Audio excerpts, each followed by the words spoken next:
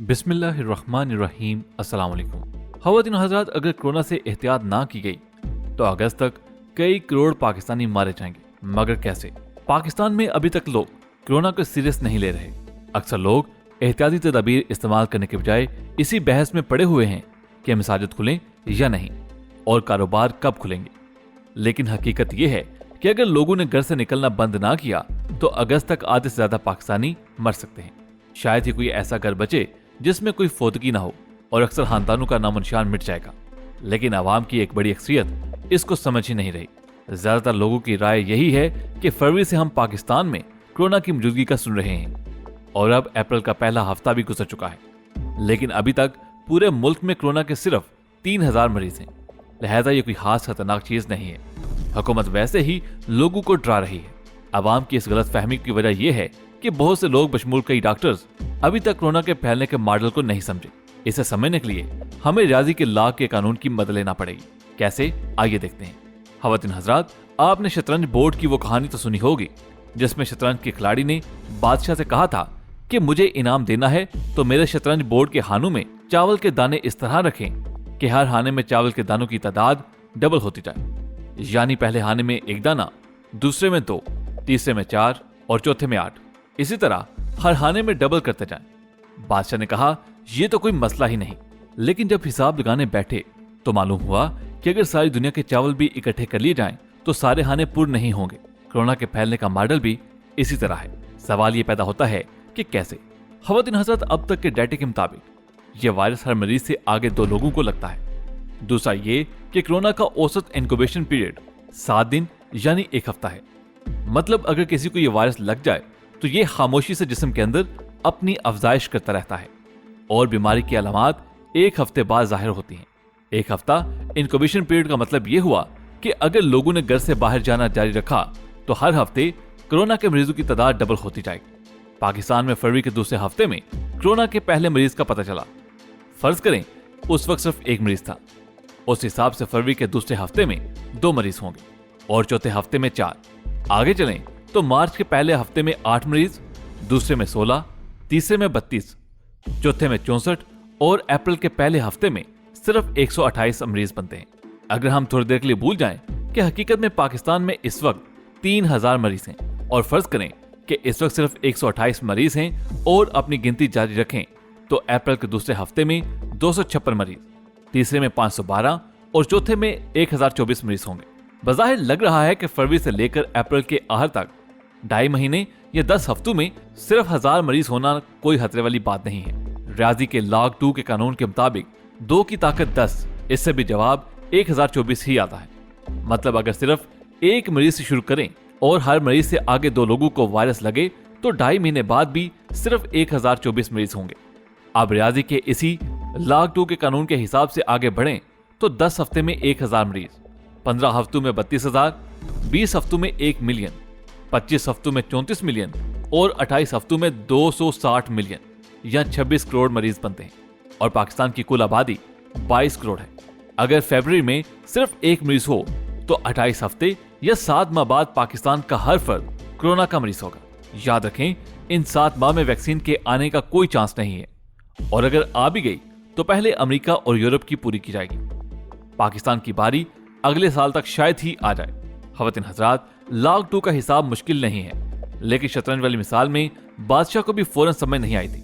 लिहाजा वीडियो को रिवाइंड करें और कैलकुलेटर लेकर चेक करें कि नंबर ठीक है या नहीं।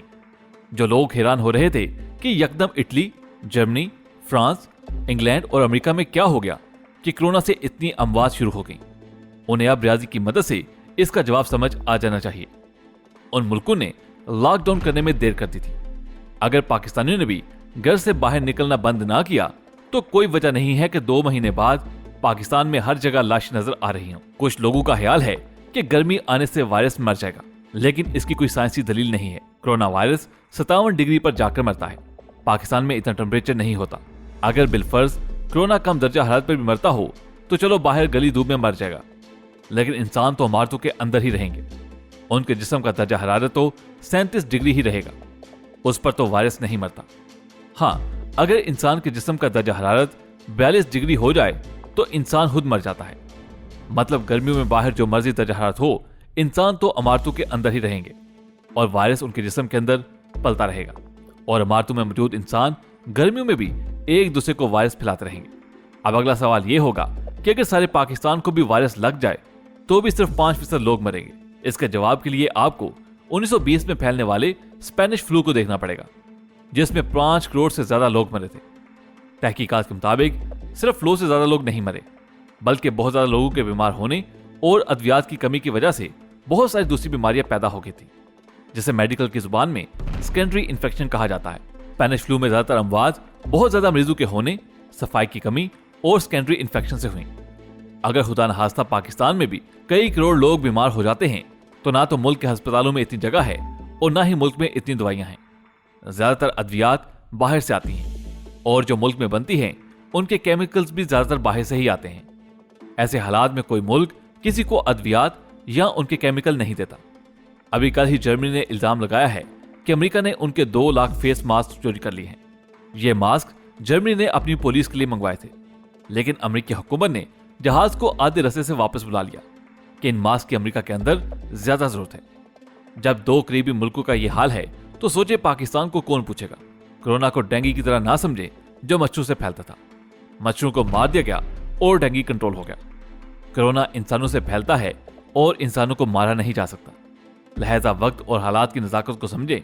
हर तरफ से कहा जा रहा है कि पाकिस्तान के पास कोरोना को रोकने का सिर्फ एक ही हल है और वो है घरों से बाहर ना निकलें। इससे ना तो अपनी जहालत की भीड़ चढ़ाएं और ना ही अना और सियासत का मसला बनाएं, बल्कि खामोशी से घरों में रहें और अल्लाह ताला को याद करें। अल्लाह हम सबको और हमारे प्यारों को अपने हिफ्ज़ो अमान में रखे। और इस बात को भी याद रखें कि अब इस बात से फर्क नहीं पड़ता कि ये वायरस कुदरती है या जानबूझकर फैलाया गया। अब फर्क इस चीज से पड़ता है कि इससे बचना कैसे है और इस वायरस के फैलने या फैलाने की बात सच है या झूठ, इसके बारे में भी आपको थोड़ी सी अपडेट देते हैं। आगे आप बेहतर समझ सकते हैं कि इस कहानी में कितनी सच्चाई है और सच और झूठ का फैसला आपको खुद करना होगा। ख़वातीन हज़रात, 2011 में बनने वाली मारूफ अमेरिकी फिल्म कॉन्टेंजेंट के अंदर आज की दुनिया का हाल तकरीबन 9 साल पहले बता दिया गया था। मूवी के अंदर वाज़ेह तौर पर दिखाया गया कि एक औरत अमेरिका से चीन के शहर हांगकांग अपने दोस्त की तरफ सफर करती है, जहां उसका दोस्त उसके लिए पार्टी का इंतजाम करता है और वो रात का डिनर उसके साथ करती है। अगले दिन वो वापस अमेरिका की तरफ सफर करती है। अपने घर पहुंचने के तकरीबन 1 दिन बाद उसको चक्कर आते हैं, तेज बुखार होता है और वो जमीन पर गिर जाती है, जहां उसे फौरन अस्पताल मुंतकिल किया जाता है, मगर वो सेहतयाब नहीं हो पाती और मर जाती है। डॉक्टर्स के मुताबिक उस पर एक अजीब किस्म का वायरस हमलावर हो चुका है, जिसका इलाज अभी तक दुनिया में दरियाफ्त नहीं हो पाया। दूसरी तरफ उसी औरत का छोटा बच्चा, जो तकरीबन 9 से 10 साल का फिल्म में दिखाया गया है, वो ज्यादातर वक्त अपनी माँ के साथ गुजारता है। माँ के साथ रहने की वजह से यह वायरस उस बच्चे के अंदर भी मुंतकिल हो जाता है, जिससे उस बच्चे को भी तेज बुखार, खांसी और नज़ला जुकाम हो जाता है। कमोवेश 6 दिन के अंदर उसका यह बच्चा भी उस वायरस की वजह से मर जाता है। डॉक्टर्स फौरन उसके बाप को गिरफ्तार करके करंतना में मुंतकिल करते हैं, जहां उसके मुख्तलिफ टेस्ट लिए जाते हैं और जांच पड़ताल की जाती है कि कब किस वक्त उसकी बीवी ने कहां सफर किया और उसका बच्चा मां के साथ कितने दिन रहा। दूसरी तरफ यह बात WHO तक पहुंच जाती है कि चीन में एक खतरनाक वायरस फैल चुका है, जिसने पूरे चीन को अपनी लपेट में ले लिया है और देखते ही देखते यह वायरस पूरी दुनिया में पहुंच जाता है और अंदाजा लगाया जाता है कि इस वायरस की वैक्सीन तैयार ना की गई तो तकरीबन 8 मिलियन लोग इस वायरस का शिकार हो जाएंगे। WHO हंगामी तौर पर लोगों को एहतियाती तदाबीर अपनाने, घरों में रहने और लोगों से दूर रहने की हिदायत शुरू कर देता है, जबकि मूवी में वाज़ेह तौर पर बताया जाता है कि पूरी दुनिया के मुआशी हालात बिगड़ चुके हैं। लोग इस वायरस से मर रहे हैं, पूरी दुनिया में कर्फ्यू सा लग जाता है, लोग घरों में महसूर होकर रह जाते हैं, तालीमी इदारे, यूनिवर्सिटियां सब बंद हो जाते हैं, रोडें खाली होकर वीरान कब्रिस्तान का मंजर पेश करती हैं। जबकि ये बीमारी, जिसको कोरोना वायरस का नाम दिया जाता है, दुनिया में तकरीबन 90 दिन से 144 दिन तक जारी रहती है। इस दौरान WHO चीन के शहर में हांगकांग में अपने खास 2 डॉक्टर्स भेजता है, जो इस बीमारी के फैलाव की वजह मालूम करते हैं, मगर दौरान तफ्तीश इस बीमारी का खोज लगाते हुए उन 2 में से एक डॉक्टर भी इस मोहल्ली कोरोना वायरस का शिकार हो जाता है और 14 दिन के अंदर अंदर मर जाता है। जबकि दुनिया में कफन की कमी और लोगों को इज्तिमाई तौर पर कब्रों में दफनाया जाता है। 144वां दिन WHO कोरोना वायरस के खिलाफ एक वैक्सीन तैयार कर लेता है, जो तकरीबन 90 दिन के अंदर पूरी यूरोपियन दुनिया के अंदर पहुंचा दी जाती है। उसके बाद वो एशियाई ममालिक की तरफ भेजी जाती है।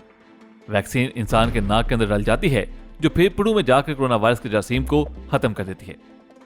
मगर बीमारी किस वजह से फैली, उसका खोज उस वक्त डॉक्टर्स और साइंसदान लगा पाते हैं जब उन्हें मालूम होता है कि चीन में एक चमगादड़ ने केला खाया और वो आधा केला चमगादड़ के मुंह से नीचे गिरता है, जिसे पिग खा लेता है और वो वायरस चमगादड़ से उस पिग में मुंतकिल हो जाता है, जिससे वो औरत जो अमेरिका से चीन अपने दोस्त की तरफ मिलने गई होती है, वो और उसका दोस्त खा लेते हैं, जिससे ये वायरस उसके दोस्त और उसमें मुंतकिल हो जाता है। यूं ये वायरस पूरी दुनिया में फैल जाता है। मगर सवाल ये उठता है कि आज जो कोरोना वायरस इस दुनिया में फैला हुआ है, बिल्कुल वो चीज तकरीबन 9 साल पहले उस मूवी के अंदर कैसे फिल्माई गई। मूवी के मुसन्निफ को 9 साल पहले कैसे मालूम हो जाता है कि उस वायरस का नाम कोरोना वायरस होगा और कमोबेश ये वायरस 8 मिलियन लोगों को मुतासर करेगा। हैरत अंगेज तौर पर मूवी के अंदर WHO के 2 अफराद कोरोना वायरस का शिकार होते हैं, जबकि तकरीबन 2 दिन पहले WHO के 2 माहिरीन इस वायरस का शिकार हो चुके हैं। क्या ये प्री प्लान मंसूबा तो नहीं? क्या यह वायरस चीन के अंदर एक खास मंसूबाबंदी से तो नहीं छोड़ा गया? अगर इसका जवाब नो है, तो फिर कैसे 9 साल पहले बनने वाली अमेरिका की मूवी दुनिया में सच साबित हो रही है? कैसे एक अमेरिकी मुसन्नफ अपनी किताब एंड ऑफ डेज के अंदर ये इंकशाफ करती है कि 2020 में दुनिया के अंदर एक मोहलिक वबा फैलेगी, जो अचानक पूरी दुनिया को अपनी लपेट में ले लेगी और अचानक से वबा दुनिया से खत्म हो जाएगी और तकरीबन 1 दहाई बाद ये बीमारी दुनिया पर फिर हमला करेगी। ये सब पहले से अमेरिकी मुसन्निफीन को मालूम होना, क्या ये महज इत्तेफाक है या अमेरिका का एक सोचा समझा मंसूबा? इसके बारे में आप जो समझते हैं हमें कमेंट्स में जरूर बताइएगा। ख़वातीन हज़रात, वीडियो पसंद आने की सूरत में इसे लाइक करते हुए फेसबुक और व्हाट्सएप पर जरूर शेयर कीजिएगा। आपसे मुलाकात होगी अगली वीडियो में, तब तक अपना बहुत सा ख्याल रखिएगा। अल्लाह हाफिज।